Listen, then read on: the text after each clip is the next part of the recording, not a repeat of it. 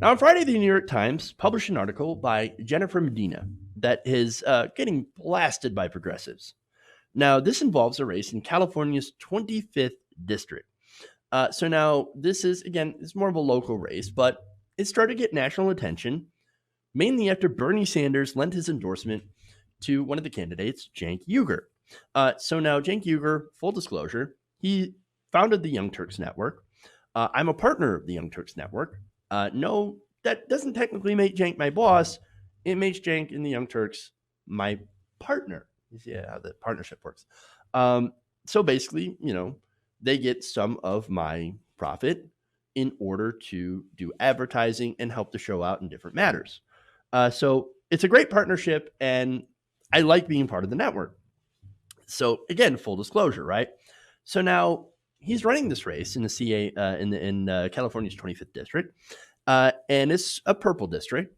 And so, look, there are a lot of people like, hey, he doesn't actually live in the district, and all this stuff. And the person that is there running is handpicked by Katie Hill, a successor, if you will, which is not actually how democracy works, but Christy Smith, right? And that she's better to, better suited to represent the district because she spent more time there. Okay, look, those are actually some of the more, I guess, okay critiques. I don't necessarily agree, but those are at least make more sense. However, there are some smears that I'm going to go over through this Medina article that make absolutely no sense. However, back to first TYT and disclosure, right? So now he's running this race and he has handed over editorial control of the flagship over to his staff. That includes co-host Anna Kasparian. So now, that said, Cenk doesn't, nor has anyone at the Young Turks ever had editorial control over this show. It's always been just me running the shots, running the show, calling the shots, doing the stories, doing the production, everything. In fact, I've talked to Cenk Uygur about a total of 3 times during my entire tenure with the network. Every time, of course, he absolute gentleman, very, very humble. And it's kind of surprising, but if you do meet Cenk in person, he's an incredibly humble guy. All right, so now I wanted to get the nature of the relationship on the record before I go and defend Cenk against the smear job by the New York Times. So this article, like I said, written by Jennifer Medina, and in it she talks about the Sanders campaign essentially pulling their endorsement. And I think that is going to kind of set the overall tone, right? So now they're referring mostly to, oh, this is the Sanders campaign, and this is why the Sanders campaign has pulled their endorsement. So now Cenk, in the wake of the LA Times smear articles, basically decided not to accept endorsements anymore. I think as a way to not hurt the Sanders campaign. And actually, I do believe that Cenk did not expect Bernie Sanders to actually go and endorse him. So I think this is as much of a surprise to him as it was to anyone else, which led, of course, to them digging up old blog posts and statements that, yes, he said 20 years ago, and then, of course, 10 years ago apologized for. So now, this was a time when Cenk was a moderate Republican. The establishment, very quick to jump on this, and they use these blog posts and these statements from Cenk. And there are a lot of statements from Cenk, and there was a lot of footage from Cenk that they can take out of context. And so they took that and they used that in order to show proof that Bernie Sanders is a misogynist. That's what it all comes down to. Understand that this smear article isn't really about Cenk at all. This is a way to use Cenk and his candidacy and that endorsement to attack Bernie Sanders and to reinforce a disgusting narrative that they have been using against Bernie Sanders for quite some time. He's a misogynist, he's a sexist, he's a racist. Most ridiculous smear articles. And now, thanks to the success of the smears against Jeremy Corbyn in the UK, which were part of a gigantic loss for Labour, it definitely played into it. Here, Republicans and establishment Democrats, centrists, are saying, oh my God, that's the ticket. That's how we're going to take down someone like Bernie Sanders, we're going to accuse him of anti-Semitism. In fact, there's an article that came out also over the weekend that says that Bernie has a anti-Semitism problem in his campaign. Oh boy, here we go. So, look, a smear is a smear, right? So I'm going to give you a couple of examples of what they used in this article. Now, Medina writes, quote, in 2017, Mr. Uygur was forced out of the group Justice Democrats, a group he co-founded that backs progressive congressional candidates across the country, after his old blog post objectifying women came to light. I do have to note that Justice Democrats has backed a lot of women, including Alexandria Ocasio-Cortez, one of the most famous examples. So that's interesting. Now, she continues saying, Mr. Uygur's long history of comments about women included ranking them on a scale of 1 to 10 based on how likely men would be to have them perform oral sex. He also defended a similar ranking by Harvard's men's soccer team, which was widely condemned at the time. So here's the question, right? So would it be wrong if we're going to go by the men should not rank women by order of attractiveness, which, let's be honest, I'm actually a little uncomfortable with, but I understand that a lot of people do it. Would it be wrong if women did the same thing? Would we hold women to the same standard? I don't necessarily know. I think, again, that would be, they wouldn't hold women to the same standard. At least some people in the white non-intersectional feminist crowd, they would just use this as a way to attack men. And that's unfortunately what's going on. But here's the thing. If your feminism is not intersectional, then it's not really feminism. So let's just get that out of the way. But okay, so now here's the thing. Everybody ranks other people. Men rank women, women rank men. Again, I'm a little uncomfortable with it, but that's kind of what we all do. So, but look, I don't care if women rank men on different characteristics. So let's just be fair about this, right? But as far as the old blog posts, as I said, they were terrible. Those were really, really bad. And yeah, he came out and he said, look, I disavow that. When I wrote those, I was an idiot. It was dumb. And I apologize for that. And so, of course, there's also the argument that, hey, look, I did that also when I was trying to be edgy, right? Well, usually when you're edgy, it tends to be cringe. And let's be honest with that, okay? Edgy usually means cringe, and I see that all the time. And so that's exactly what happened. It's super cringy, super uncomfortable, right? And so fair game if you want to say, hey, look, you said some stupid things in the past, and he owns up to them. And that's what's really important, right? Because now, and since then, he has done a lot to empower women, especially at his own company. First, as I said, at the Young Turks, there's a lot of amazing women that run things behind the scenes. For example, you have executive producer Praveen Singh. She makes the entire show run. Then you've got people that are in front of the camera as well, like the talented Emma Vigeland. She's a star reporter. And then, of course, you also have Anna Kasparian, who basically runs a lot of the or all the editorial decisions now that Cenk is running. And so, look, and Anna, by the way, I'm a longtime viewer of the Young Turks. So I remember Anna basically doing all the ridiculous side stories. And there's a lot. You can go through the videos where, you know, they're talking about like camel toe, ridiculous stuff, right? She went from doing that to now making all editorial decisions and running her own show, which does, a lot of hard-hitting journalism. She has gotten more power and more say throughout the years and now has all the say. And so look at that. Women empowered running things. Now, not only that, but you have, of course, Cenk supporting amazing women getting into positions of power. As I said before, Justice Democrats, when he was there, they helped find and elect AOC.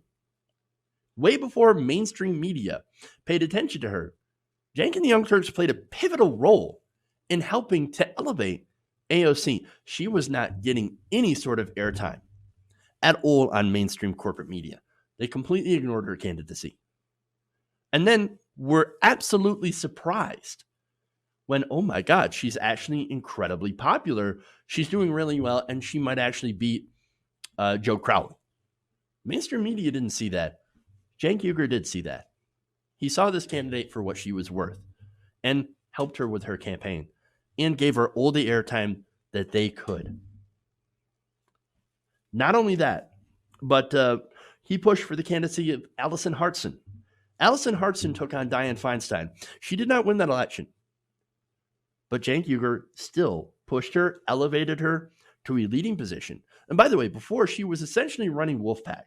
Now, Wolfpack is an organization started again by Cenk Uygur in order to take on money in politics. And so again, powerful women running these organizations. Elevating women, the last time I checked, elevating women to powerful leadership and decision-making positions isn't exactly the mark of somebody who's a sexist individual. I'm just saying. All right. Now, when it came to quitting Justice Democrats, by the way, when those blog posts came out, which, by the way, they were dug up and reposted by a right-wing source, right? Now, the same kinds of right-wing sources that attacked Cenk Uygur for his old blog posts are the same kinds that published the smear articles against Katie Hill and her public information. And it wasn't progressives that forced Katie Hill to step down. It was Nancy Pelosi, who said that she was too much of a distraction. Just saying. So now, the staff at Justice Democrats, according to co-founder Kyle Kulinski, said that when those blog posts came out, it basically pitted the staff, deeply divided the staff, and they came out and they said, look, it's either us or him, because we can't have this negative press around what we are trying to do. And Justice Democrats, as Kyle pointed out, and he did his own video on the subject, is not anything without their staff. And these are very talented individuals, again, bringing people like AOC. So Kyle explained in his video that Cenk basically left the organization so that they could continue doing their work without that kind of interference. And he still supports, by the way, Justice Democrats, even though he was forced out. Kyle Kulinski also resigned in solidarity with Cenk in order to allow them to continue to do what they're doing. So the New York Times, look, the New York Times and their articles have zero context involved. But the most egregious smear, or at least the most openly terrible example of the smear job, was the interview with David Duke. So Medina wrote that in one clip that circulated on Twitter, Mr. Duke ends an interview by saying, "I am not what you call a racist," to which Mr. Uygur replies, "No, of course not." Now, that whole article, or a whole sentence, was structured in a way to make it seem like Cenk was agreeing with David Duke that, oh no, of course, David Duke, not a racist, to make it look like Cenk Uygur, again, agreed and is a racist and all that terrible things. But let me show you some of this interview that Cenk had with David Duke, and then I'm going to let you guys decide whether or not Cenk agrees with the viewpoints of Mr. Duke. David, how can you think you're not anti-Semitic? How could you possibly think that you think the Jews control the world? That's anti-Semitism 101. I'll give you another quotation. Kagan is on the Supreme Court, but so is Sotomayor, and she's definitely not Jewish. She's Latina. I mean, Kagan made it onto the Supreme Court, but so is Sotomayor. Those are two picks by Obama. Sotomayor, clearly not Jewish. In fact, what is it? I think 7 out of the 9 justices are Catholic. Oh my God, the Catholics have taken over the Supreme Court. Watch out, David. Watch out. It's the Catholics that are the problem. But then you've got the Koch brothers who buy all these politicians. They're not Jewish. How does that fit into your conspiracy theory? So, I mean, you keep saying Goldman Sachs, but before Blankfein, the head of Goldman Sachs was Hank Paulson. Christian extraordinaire.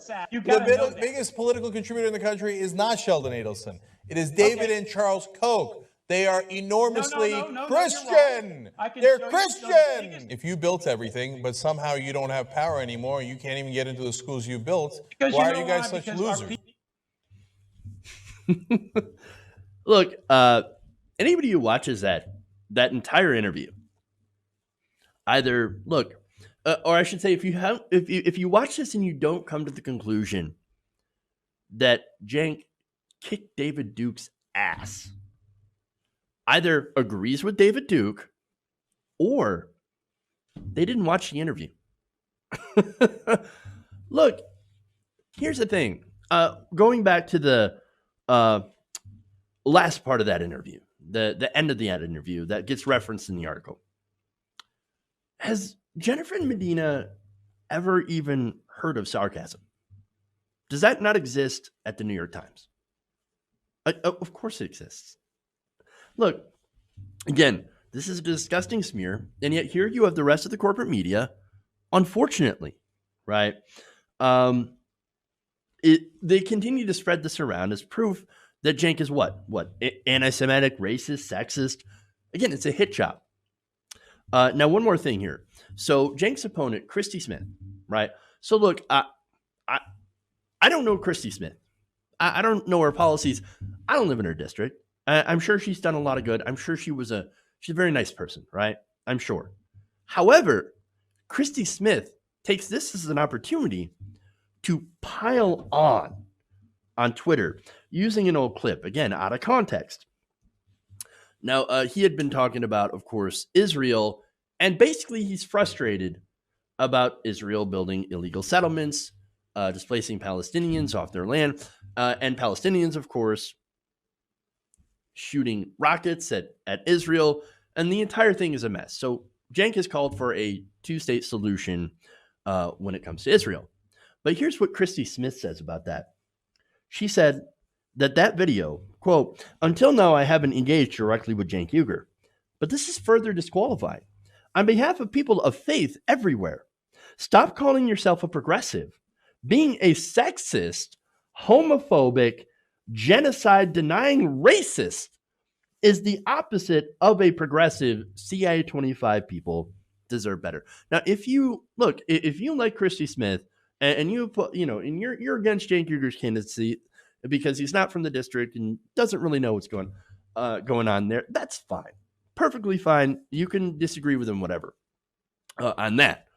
However, if you're disagreeing with, if you don't want Cenk to run in that district and you think, oh no, it's because he's a homophobe and it's because he's a racist and a sexist, well, then you're completely wrong. Cenk has been a huge ally to the LGBTQ plus community.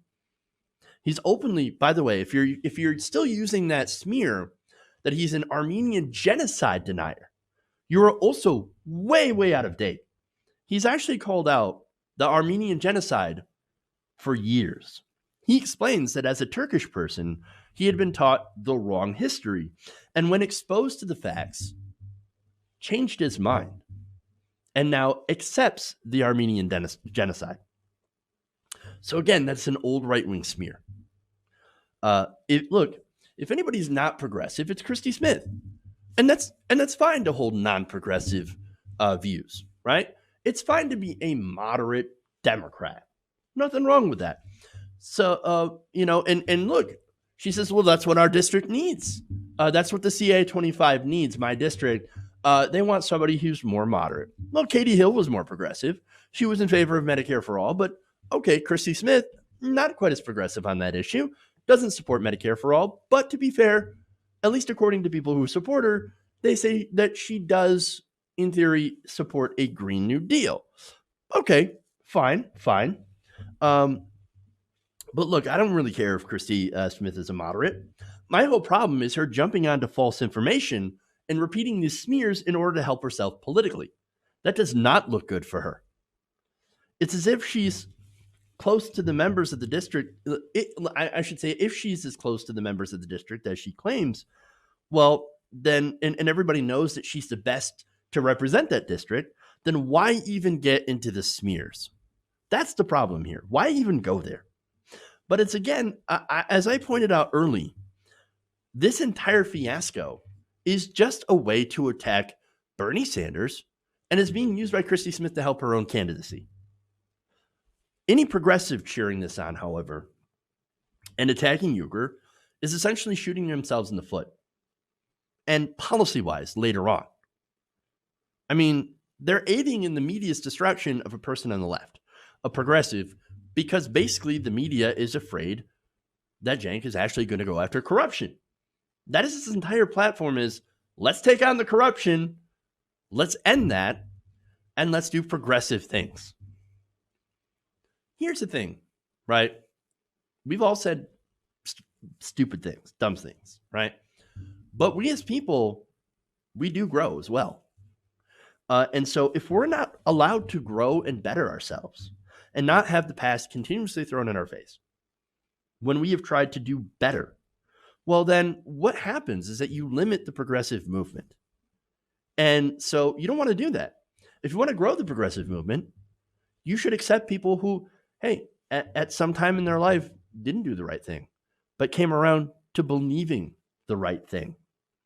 For example, I know there's a lot of Tulsi Gabbard people that I've seen saying, well, this is what you get, Cenk. Smear Tulsi. Let's not forget that Tulsi Gabbard used to be anti-LGBT, used to be more conservative. But as progressives do, we change and we grow and we evolve and we become better people. Tulsi Gabbard supporters, you should know that. And you should say, you know what? That is these are smears against Cenk, and they are wrong. And so our own candidate has grown and evolved, just like a lot of us. And so we don't agree with what the New York Times is doing. You also have people that are critical of Elizabeth Warren. Elizabeth Warren used to be a Republican, but she then later on grew, evolved, maybe not so much as what we would like, but she did spearhead the Consumer Financial Protection Bureau, and she's been very good against the banks and against Wall Street. That's her strength. Foreign policy, not so much. But at the same time, here's my point. Not all of us were as progressive as we are now, and some of us might not even be at that point. If we were not allowed to grow, change, and evolve, and get credit, or at least maybe not, you don't even have to get credit, but just not have that continuously throw back in your face, then what's the point of going out and trying to change hearts and minds? If you're not going to accept people that change, what's the point of turning conservatives into progressives when we won't allow them to forget when they were conservative and some of the terrible things that they've said and have since tried to make amends on? If there's a group of people that will never accept you, especially based on smears from the past who are against progressives, then what are you doing?